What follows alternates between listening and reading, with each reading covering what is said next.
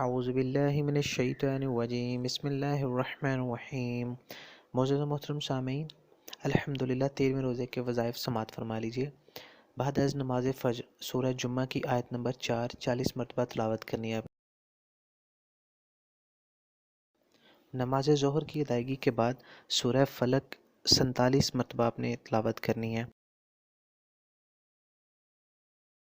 نماز عصر کے بعد سورۃ الناس 47 دفعہ تلاوت کرنی ہے آپ نے۔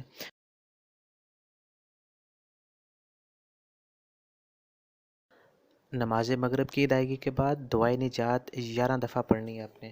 ربنا آتنا فی الدنیا حسنۃ وفی الآخرۃ حسنۃ وقنا عذاب النار حضرت محمد مصطفیٰ صلی اللہ علیہ وسلم کی محبوب ترین دعا ہے۔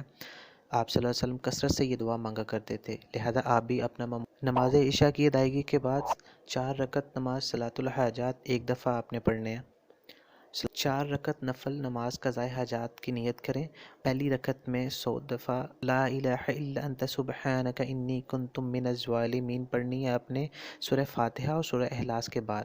دوسری رکعت میں ربی انی مسنی یضر وانت ارحم الراحمین، اور تیسری رکعت میں سورہ فاتحہ اور سورہ اخلاص کے بعد وَأُفَوِّضُ أَمْرِي إِلَى اللَّهِ إِنَّ اللَّهَ بَصِيرٌ بِالْعِبَادِ، اور اسی طرح چوتھی رکعت میں سورہ فاتحہ اور سورہ اخلاص کے بعد حسبنا اللہ ونعم الوکیل نعم المولا ونعم النصیر۔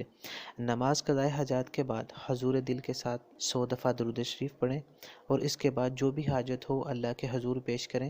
اللہ تعالیٰ نبی کے صدقے ہماری حاجت کو پورا کرے گا۔ صلاۃ الحاجات نماز پڑھنے کے بعد سورہ مزمل 1 دفعہ آپ نے پڑھنی ہے۔ پنج گانا نماز وظائف اور عبادات کے بعد ہمیں بھی دعاؤں میں یاد رکھیے گا۔